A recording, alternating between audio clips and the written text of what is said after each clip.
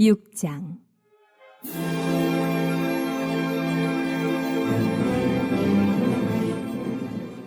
여호와께서 모세에게 이르시되 이제 내가 바로에게 하는 일을 내가 보리라. 강한 손으로 말미암아 바로가 그들을 보내리라. 강한 손으로 말미암아 바로가 그들을 그의 땅에서 쫓아내리라. 하나님이 모세에게 말씀하여 이르시되 나는 여호와이니라. 내가 아브라함과 이삭과 야곱에게 전능의 하나님으로 나타났으나 나의 이름을 여호와로는 그들에게 알리지 아니하였고 가나안 땅 곧 그들이 거류하는 땅을 그들에게 주기로 그들과 언약하였더니 이제 애굽 사람이 종으로 삼은 이스라엘 자손의 신음소리를 내가 듣고 나의 언약을 기억하노라. 그러므로 이스라엘 자손에게 말하기를 나는 여호와라.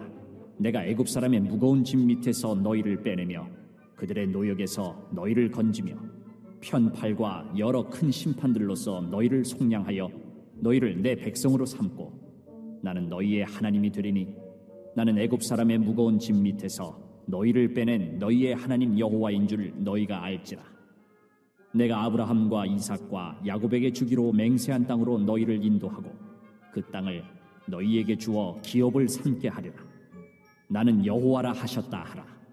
모세가 이와 같이 이스라엘 자손에게 전하나 그들이 마음의 상함과 가혹한 노역으로 말미암아 모세의 말을 듣지 아니하였더라.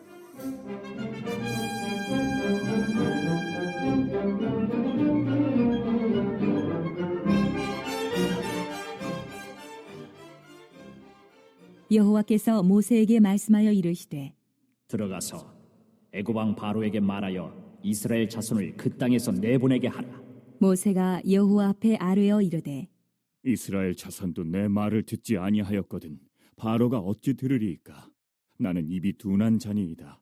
여호와께서 모세와 아론에게 말씀하사 그들로 이스라엘 자손과 애굽 왕 바로에게 명령을 전하고 이스라엘 자손을 애굽 땅에서 인도하여 내게 하시니라.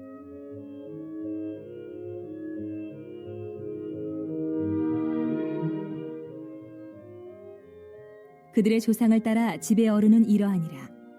이스라엘의 장자 르우벤의 아들은 하녹과 발로와 헤스론과 갈미니. 이들은 르우벤의 족장이요. 시므온의 아들들은 여무엘과 야민과 오학과 야긴과 소할과 가나안 여인의 아들 사울이니. 이들은 시므온의 가족이요. 레위의 아들들의 이름은 그들의 족보대로 이러하니 게르손과 고핫과 무라리요. 레위의 나이는 137세였으며 게르손의 아들들은 그들의 가족대로 림니와 시므이요. 고핫의 아들들은 아므람과 이스할과 헤브론과 우시엘이요. 고핫의 나이는 133세였으며 무라리의 아들들은 마흘리와 무시니. 이들은 그들의 족보대로 레위의 족장이요. 아므람은 그들의 아버지의 누이 요게벳을 아내로 맞이하였고 그는 아론과 모세를 낳았으며 아므람의 나이는 137세였으며 이스할의 아들들은 고라와 네벡과 시그리요. 우시엘의 아들들은 미사일과 엘사반과 시드리요. 아론은 암미나답의 딸 나손의 누이 엘리세바를 아내로 맞이하였고 그는 나답과 아비후와 엘르아살과 이다마를 낳았으며 고라의 아들들은 아실과 엘가나와 아비아삽이니. 이들은 고라 사람의 족장이요. 아론의 아들 엘르아살은 부디엘의 딸 중에서 아내를 맞이하였고 그는 비느하스를 낳았으니. 이들은 레위 사람의 조상을 따라 가족의 어른들이라. 이스라엘 자손을 그들의 군대대로 애굽 땅에서 인도하라 하신 여호와의 명령을 받은 자는 이 아론과 모세요. 애굽 왕 바로에게 이스라엘 자손을 애굽에서 내보내라 말한 사람도 이 모세와 아론이었더라.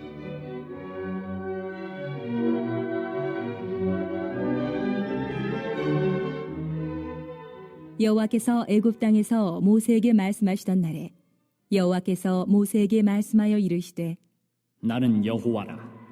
내가 내게 이르는 말을 너는 애굽 왕 바로에게 다 말하라. 모세가 여호와 앞에서 아뢰되 나는 입이 둔한 자이오니 바로가 어찌 나의 말을 들으리이까. 출애굽기 6장 말씀입니다. 계속 이제 이전의 내용하고 연결이 되고 있는데요. 6장 같은 경우는 1절부터 8절까지 말씀을 보면은 하나님께서 자신을 이제 소개하는 내용이 나옵니다. 나는 여호와다 이렇게 계속 말씀을 하는 그런 내용인데 이렇게 쭉 읽어보면 이게 뭔 말이야 싶은데 사실 굉장히 중요한 신학적인 내용들이 좀 있고요. 9절부터 13절까지 말씀은 이제 하나님께서 다시 명령을 하시고 모세는 또 못하겠습니다. 이런 내용, 거절한 그런 내용이 쭉 나옵니다. 그리고 6절부터 14절부터 쭉 끝까지 27절까지는 이제 모세와 아론의 족보에 대해서 설명을 하죠. 그래서 모세와 아론이 어떤 사람인지 어떤 정통성을 가지고 있는지 이것을 쭉 설명을 하고 있습니다. 5장까지 내용을 보면 5장에서 어제 계속 이제 하나님은 모세와 아론을 보내고 그리고 모세와 아론이 하다가 좀 힘들어지면 하나님 앞에 죄송합니다. 저 못하겠습니다. 이렇게 모세가 또 이야기를 하고 또 그 과정에서 이스라엘 백성들은 계속 마음만 좀 상하면은 어려워지면은 모세 탓하고 하나님 탓하고 자 이런 모습들이 계속 줄다리기처럼 계속 나오고 있어요. 어제 말씀을 보면 모세와 아론이 첫 번째로 바로에게 가서 하나님이 보내라고 합니다. 그랬더니 여호와가 도대체 누구냐? 막 이러면서 바로 팔쩍 뛰는 내용. 그리고 오히려 그리고 부스럼을 만들어 가지고 지푸라기를 주질 않아 가지고 이제 이스라엘 백성들이 그 곡식의 밑단을 가지고 만들다가 너무 힘들어지니까 이제 모세에게 이제 막 투정을 하고 이야기하는 그런 내용이 나왔죠. 자 이러고 나서 모세는 이제 원망하면서 하나님 앞에 엎드리고 기도를 했는데 하나님이 오늘 다시 그 원망하는 모세에게 그 기도에 응답하는 내용입니다. 1절 한번 읽어보겠습니다. 여호와께서 모세에게 이르시되 이제 내가 바로에게 하는 일을 내가 보리라. 강한 손으로 말미암아 바로가 그들을 보내리라. 강한 손으로 말미암아 바로가 그들을 그들의 땅에서 쫓아내리라. 우선 하나님께서 말씀을 하시는데 강한 손으로 말미암아 강한 손으로 말미암아 이렇게 말씀을 합니다. 특별히 이제 성경에서 이렇게 번역이 많이 돼서 강한 손, 편팔 하나님의 이 오른손은 굉장히 강한 거죠. 올마이티 전능하신 그런 손으로 반드시 구원해 내시겠다. 그리고 그 전능하신 손으로 그 바로가 너희를 쫓아내게 하겠다. 자 이렇게 분명하게 다시 한번 말씀을 하고 있습니다. 사랑하는 성도님 그러니까요. 사람이 마음이 상하고 어려워졌을 때 우리가 그냥 사람들한테 그냥 위로한다라는 건 뭐겠습니까? 아이고 어떻게 이런 정도예요. 아이고 어떻게 얼마나 힘들어. 어떻게 하냐 참고 기다려야지. 그래서 여러분 하나님 앞에 나와야 되는 거예요. 하나님의 말씀밖에 없어요. 하나님의 말씀은 어떻게 정도가 아니고 강한 손으로 구원하여 내리라. 강한 손으로 쫓아낼 것이다. 그 문제의 해결자가 되시는 것은 하나님밖에 없다는 사실을 다시 한번 고백합니다. 그런 오늘 하루가 되기를 축복합니다. 자, 그래서 하나님이 이제 드디어 다시 이제 계속 모세를 설득하는 장면이 2절부터 쭉 나오고 있어요. 2절, 3절 한번 읽어보겠습니다. 시작. 하나님이 모세에게 말씀하여 이르시되 나는 여호와이니라. 내가 아브라함과 이삭과 야곱에게 전능의 하나님으로는 나타났으나 나의 이름을 여호와로는 그들에게 알리지 아니하였고. 나는 여호와다 이렇게 이야기를 합니다. 강한 손으로 이렇게 말씀을 하다가 나는 여호와다. 이게 무슨 말씀일까요? 참 이게 굉장히 전율이 흐르는 장면이죠. 내가 누구냐? 내가 여호와다. 너 여호와 하나님이 어떤 분인지 네가 알고 있지 않냐? 여호와다 여호와. 그죠? 예, 우리가 아버지가 애들에 대해서 이야기할 때 아버지란 말 자체가 가장 그걸 설명할 수 있는 다른 뭐 형용사가 필요하겠어요. 우리 아버지는 따뜻하고 우리 아버지는 뭐 굉장히 좀 뭐 돈도 많고 뭐 이런 거 가지고 설명하는 그거 가지고 뭐 설명이 되겠어요? 예, 내가 네 아버지야. 이거보다 더 강한 그런 확실한 그 아버지에 대한 그런 모습이 확실하게 자식에게 뭐 심어지는 게 어디 있겠어요? 그런 말이죠. 마찬가지로 나는 여호와다. 나는 여호와다. 그런데 이제 3절에서 이게 사실 신학적으로 되게 논란이 되는 말씀인데 내가 아브라함과 이삭과 야곱에게 전능의 하나님으로는 나타났으나 나의 이름을 여호와로는 그들에게 알리지 아니하였고 이렇게 설명을 합니다. 이게 도대체 무슨 말일까? 근데 이제 더 문제가 되는 거는 그러면은 아브라함과 이삭과 야곱이 있을 때 여호와라는 이름이 창세기에 안 나와야 되잖아요. 나와요. 심지어는 아담이 있을 때도 여호와라는 이름이 나옵니다. 그래서 창세기 4장 1절에 보면은 아담과 하와가 하나님을 여호와 이렇게 부르는 그런 장면도 나오고 출애굽기 6장 3절 말씀에 보면은 출애굽기에서도 창세기 15장 2절에서도 하나님을 여호와다 이렇게 부릅니다. 15장이 아브라함이 직접. 자, 이런 걸 보면은 이게 헷갈린단 말이에요. 아니 여호와가 창세기에 나오고 있었는데 이게 무슨 말이냐. 그래서 요 구절 하나 가지고 신학자들이 굉장히 이제 여러 가지 설로 지금도 이제 뜨겁게 논쟁이 되는 구절 중에 하나입니다. 이게 도대체 무슨 말이냐? 그래서 어떤 분들 같은 경우는 출애굽기 6장 3절을 이제 독특하게 해석을 하는 거예요. 여호와로는 그들에게 알리지 아니하였다. 이 말을 알리지 않았다. 그러니까 여호와라는 말은 이름은 알고 있었지만 그 전에 사람들은 그 이름의 뜻이 무엇인지 여호와 하나님이 도대체 어떠신 분이신지를 이렇게 딱 드러내 보이시질 않았다. 그래서 이때 모세에게만 와서 드디어 하나님께서 딱 드러내 보이셨다 이렇게 말을 합니다. 저는 사실 많이 설득도 되지 않고 많이 따르지는 않는 그런 내용입니다. 아무리 봐도 6장 3절에 오는 이 내용이 하나님께서 그냥 지금까지 그 하나님의 여호와라는 그런 뜻을 갖다가 감추었다 갑자기 이렇게 이야기를 한다. 이렇게 보기엔 좀 어려워요. 나의 이름을 여호와로는 이렇게 분명하게 이야기를 하니까 이런 말은 아닌 것 같습니다. 또 이제 대표적인 게 이제 자유주의 신학자라고 우리가 흔히 이야기를 해요. 근데 이제 이분들이 주장한 게 오랫동안 주장한 게 뭐냐면은 신학교 들어가면 다 배우는 그런 이야기가 있습니다. 제가 그냥 간단하게만 설명드리면은 아주 복잡한 내용이에요. 문서설이라는 게 있어요. 문서설. 이게 뭐냐면은 JEDP라는 그런 문서로 성경이 원래 원본이 있었는데 그걸 뺏기는 입장에서 이게 좀 다 편파적으로 이렇게 뺏겼다라는 거예요. 그래서 제2문서와 이문서, 피문서, 자 이런 것들이 뭐 피문서 같은 건 제사장문들이 되는 그런 문서이고 뭐 제2문서 같은 또 다른 이런 문서들에서 표현하는 것이 다르다라는 거예요. 다르다. 그래서 여기서는 여호와라고 하고 여기서는 엘이라고 하고 이렇게 해서 그게 처음부터 이게 그러다 보니까 어떤 데서 또 섞이고 막 이래서 편집할 때 좀 뭔가 오류가 생겼다. 자, 이렇게 이야기를 하는 거예요. 그래서 결국은 이 말씀은 뭐예요? 이 성경이 오류가 있다 없다? 있다라는 말이 돼요. 그래서 그런 말들은 우리가 따르질 않아요. 이건 자유주의 신학자들이 한동안 그렇게 주장을 했지만 지금의 뭐 교회에서 목회하는 목사님이라든가 정상적인 교단의 목사님들이 이것을 그대로 따르면서 성경에 오류가 있다. 이렇게 주장하는 사람은 거의 없다고 봅니다.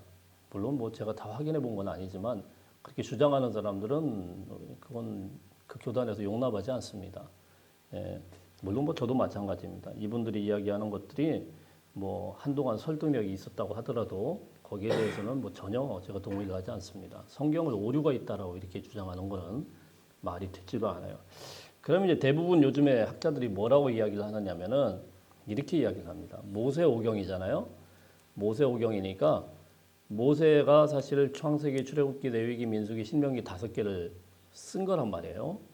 근데 모세가 쓴 게 아니고 하나님께서 계시를 하셔가지고 완벽한 하나님의 말씀이 써졌단 말이에요. 그것이 물론 뭐 지금 우리가 읽고 있는 히브리어로 써졌느냐 아니면 다른 걸로 써졌느냐 여기에는 이제 논란의 여지가 있습니다. 제가 그래서 처음에 설명드릴 때 히브리어로 완전히 다 써진 거는 아닌 것 같다. 왜냐하면 히브리어가 나중에 나왔으니까 그런 말씀을 잠깐 드렸습니다. 근데 어쨌든 모세가 계시돼서 쓴 그 말씀은 오류가 없이 하나님께서 정확하게 계시한 말씀이란 말이에요. 자 그렇다고 하면은 모세에게는 여호와 하나님이 이미 계시가 됐어요. 그럼 모세가 앞에 창세기를 쓸 때도 그걸 설명하기 위해서 그 부분을 집어넣어서 모세가 쓴 것이기 때문에 문제가 될까요? 안 될까요? 안 된다라고 보는 거죠. 그게 이제 대부분의 요즘에 학자들이 조금 모아진 그런 의견입니다. 그래서 거기서 여호와라는 말을 썼지만 사실은 아브라함에게 계시된 그런 여호와 하나님이 아니고 모세가 쓴 모세에게 계시된 여호와 하나님이기 때문에 그걸 갖다가 창세기에 여호와라고도 쓰기도 하고 또 그걸 설명하기 위해서 여호와 하나님이 이런 하나님이라는 것을 또 나타내기 위해서 그렇게 쓰신 것이다. 자, 이런 정도로 이야기를 합니다. 아주 골치 아픈 이야기예요. 아주 골치 아픈 얘기를 지금 아주 짧게 제가 말씀을 드린 거니까 혹시 여기에서도 조금 모순이 생길 수도 있습니다. 그런데 아주 짧게 그냥 말씀을 드린 겁니다. 자, 어쨌든 이런 이야기들 신학적인 이야기 다 그만두고 뭐 우리 성도님들하고 이런 이야기를 하고 싶지도 않고 목사님들하고는 제가 얼마든지 토론을 할 생각이지만은 이런 이야기 별로 하고 싶지 않고 제가 보는 거는 다른 데 있습니다. 왜 그러면 이런 이야기를 했을까? 왜 그러면은 하나님께서 나의 이름을 여호와로는 그들에게 알리지 않았다라는 이런 말씀들을 모세에게 딱 했을까?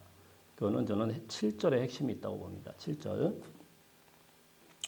읽어보겠습니다. 시작. 너희를 내 백성으로 삼고 나는 너희의 하나님이 되리니 나는 애굽 사람의 무거운 짐 밑에서 너희를 빼낸 너희의 하나님 여호와인 줄 너희가 알지라. 자, 여기서 여호와 하나님이라고 이야기한 그 이유에 대해서 하나님이 뭐라고 말씀합니까?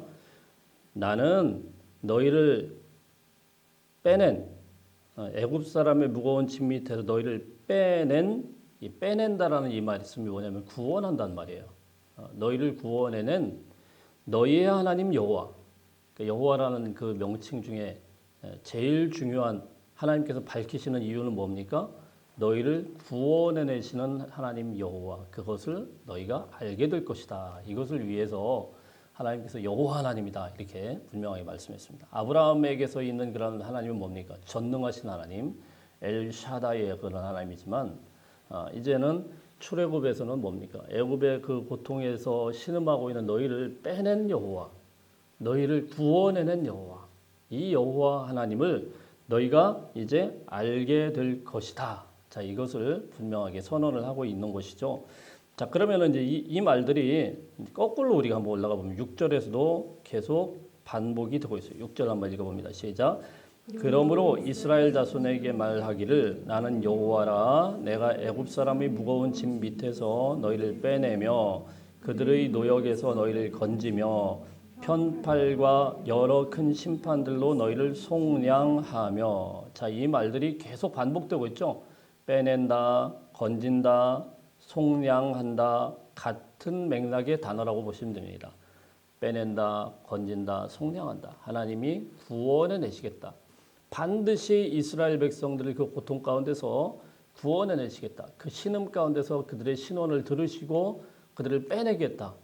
이런 하나님, 그 여호와 하나님이다. 이렇게 분명하게 선언을 하는 거예요. 이해가 되시죠?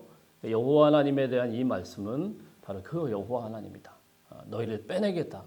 너희를 반드시 구원해내겠다. 너희를 그 신음 가운데서 그 고통 가운데서 애굽의 바로가 저렇게 버팅기고는 있지만은 그거 걱정하지 말라는 거예요. 내가 누구냐? 나는 여호와다. 나는 여호와다. 나는 여호와. 뭘 걱정하냐는 거예요. 반드시 빼내겠다. 반드시. 여호와 하나님이다. 자, 이것을 강하게 말씀하고 있습니다. 자, 그렇다고 하면 하나님께서 이걸로 끝나느냐? 그렇지 않아요. 왜 그래야 되느냐? 왜 그래야 되느냐? 그거는 바로 우리가 계속 제가 이 창세기 출애굽기 나오면서 아주 중요한 신학적인 것을 이야기를 했습니다. 새벽 시간에 굉장히 중요한 것들을 말씀드리는 거예요. 사실 우리가 새벽에 오시는 분들만 특혜를 받고 있는 거예요. 우리 목사님이 가끔가다 저한테 말씀을 하시는데 굉장히 중요한 신학적인 이야기를 하는 거예요. 이게 뭐냐면 바로 언약이란 말이에요. 언약. 예, 언약. 창세기 출애굽기 계속 오면서 계속 가는 게 우리가 이제 신학교에 가면 배우는 게 언약 신학이라는 게 있거든요. 이게 그럼 이 성경이 어떻게 가고 있느냐? 성경이란 이 말씀이 도대체 어떻게 흘러가고 있느냐라는 것을 한마디로 압축해서 우리가 표현을 한다면 언약이라는 거, 언약. 하나님께서 언약하신 것. 근데 이 언약은 간단하지가 않아요. 그냥 말씀하신 게 아니고 반드시 그 언약이 이루어지는데 오늘 말씀에서도 4절, 5절 한번 읽어봅니다. 시작. 가나안 땅 곧 그들이 거류하는 땅을 그들에게 주기로 그들과 언약하였으니 이제 애굽 사람이 종으로 삼은 이스라엘 자손의 신음소리를 내가 듣고 나의 언약을 기억하노라. 그러므로 이렇게 된 거예요. 언약을 기억하노라. 언약을 기억한다. 그 언약의 근거에서 너희를 어떻게 한다고요? 빼내겠다는 거예요. 빼내겠다. 반드시 빼내겠다. 그러니까 애굽 사람들 이 바로가 막 너희들 괴롭히고 신음하고 괴로워지지만 그런 것들 때문에 고민하고 힘들어할 이유가 있다 없다? 없다. 전혀 없다. 내가 누구냐? 나는 여호와다. 나는 여호와다. 너희가 도대체 내 아버지를 뭘로 보느냐는 거죠. 아버지를. 예. 이 아버지 하나님은 언약에 충실하신 이 하나님은 여호와 하나님이다. 예. 그것을 너희가 알게 될 것이다. 이 출애굽 과정을 통하여서 반드시 너희가 그것을 알도록 하겠다. 그러니까 하나님의 이 관심사는 뭐예요? 이스라엘 백성들이 이 언약을 하나님의 언약에 이 백성의 충실한가 아닌가를 계속 보고 계시는 거죠. 이 언약이라는 것은 하나님께서는 그냥 일방적으로 한 게 아니에요. 이스라엘 백성도 이 언약에 동의를 해야 돼요. 이건 말하자면 결혼 관계나 똑같은 거예요. 결혼 관계. 예. 우리가 결혼을 했을 때, 야, 내가 너 책임질게. 그러지만은 책임만 집니까? 남자 입장에서 여자 아내에 대해서 너는 도대체 나를 남편으로 어떻게 생각하느냐라는 걸 계속 보죠. 이게 사실 두 흐름으로 계속 가고 있는 거예요. 그래서 출애굽기 계속 신명기, 민수기 이렇게 가면서 이스라엘 백성들 40년의 과정 가운데서 계속 그걸 줄다리기를 한 겁니다. 마지막에 여호수아에서 가서는 어떻게 됩니까? 이스라엘 백성들이요. 이제는 우리는 하나님의 백성입니다. 그전에는 계속 몰라요. 예, 광야의 그 수십 년을 거쳐도 그 어려운 그런 고난을 거쳐도 이 사람들이 몰라요. 계속 왔다 갔다 해요. 조금만 힘들어지면은 왜 그러냐 이러고 투정하고 왜 우리를 이렇게 괴롭히느냐. 자, 이걸 몰라요. 그래서 이런 말씀에 근거해서 나는 여호와라 이 말씀을 계속하고 있습니다. 7절에서도 너희 하나님 여호와인 줄 알리라. 8절에서도 나는 여호와라 하셨다 하라. 자, 이 말을 모세와 아론에게 전해라 이렇게 합니다. 전했더니 9절 읽어봅니다. 9절 시작. 모세가 이와 같이 이스라엘 자손에게 전하나 그들의 마음이 상함과 가혹한 노역으로 말미암아 모세의 말을 듣지 아니하였더라. 참 이게 안타까운 거죠. 마음이 상하고 가혹한 노역이 있으니까 아무리 하나님의 이 귀한 말씀이 들려도 들리질 않아요. 우리도 그래요. 마음의 상태에 따라서 보통 그래요. 그죠? 네. 아무리 강대상에서도 하나님의 말씀이 막 주옥같이 떨어져도요. 마음이 지옥 같으면 지옥처럼 들려요. 네. 그래요. 그렇게 되더라고요. 그래 마음이 새로워졌는데 그게 안 돼요. 마음을 새롭게 하실 분은 하나님밖에 없다라는 겁니다. 자, 그래서 이게 어려워지니까 또 모세는 엎어져요. 하나님을 엎어지면서 10절, 11절, 12절 읽어봅니다. 12절 시작. 모세가 여호와 앞에 아뢰어 이르되 이스라엘 자손도 내 말을 듣지 아니하였거든 바로가 어찌 들으리까 나는 입이 둔한 자니이다. 껄핏하면 모세는 이런 이야기 하는 거예요. 아니 이스라엘도 저렇게 마음이 상해서 내 말 안 듣는데 왜 또 바로한테 가가지고 이야기를 하라고 해요. 어쩌라는 거예요.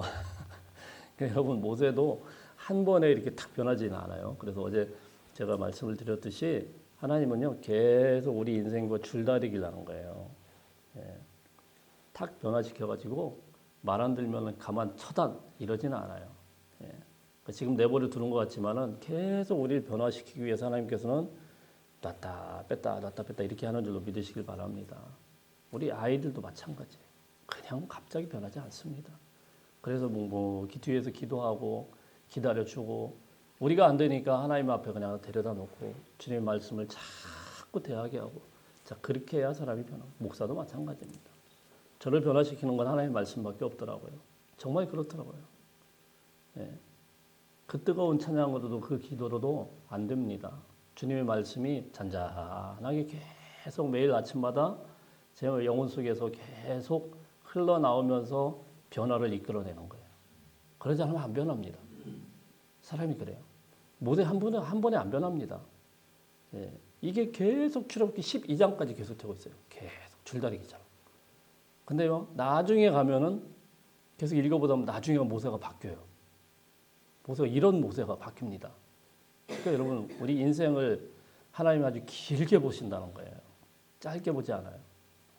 인내하시면서 기다리면서 줄다리기 해가면서 때로는 그냥 좀 얼르다가 때로는 꼴방도 한 대씩 때렸다가 자 이렇게 하면서 계속 끌고 가요. 자 그런데 이제 어쨌든 길게 나오고 결론적으로 또 모세가 이런 기도를 해요. 29절 30절 한번 읽어봅니다. 시작. 여호와께서 모세에게 말씀하여 이르시되 나는 여호와라 내가 내게 이르는 말을 너는 애굽 왕 바로에게 다 말하라. 모세가 여호와 앞에서 아뢰되 나는 입이 둔한 자이오니 바로가 어찌 나의 말을 들으리까. 아멘. 자 계속 말씀하는 게 뭐예요? 지금 딱딱 떨어지죠. 나 여호와야. 그거 누구에게 말하라고요? 바로한테 가서 말해. 그랬더니 모세가 말은 맞는데 죽겠죠 진짜. 정말 죽을 지경이죠. 모세도 마찬가지고 앞으로 선지자들도 똑같습니다.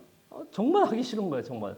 하나님 포기하지 않고 계속 귀에다가 야 너 가서 바로에게 말해. 그러니까 모세가요 하나님의 일을 기쁘게 했을까요? 아니면 꾸역꾸역 했을까요? 이때는 꾸역꾸역 한 것 같아요. 억지로 그냥.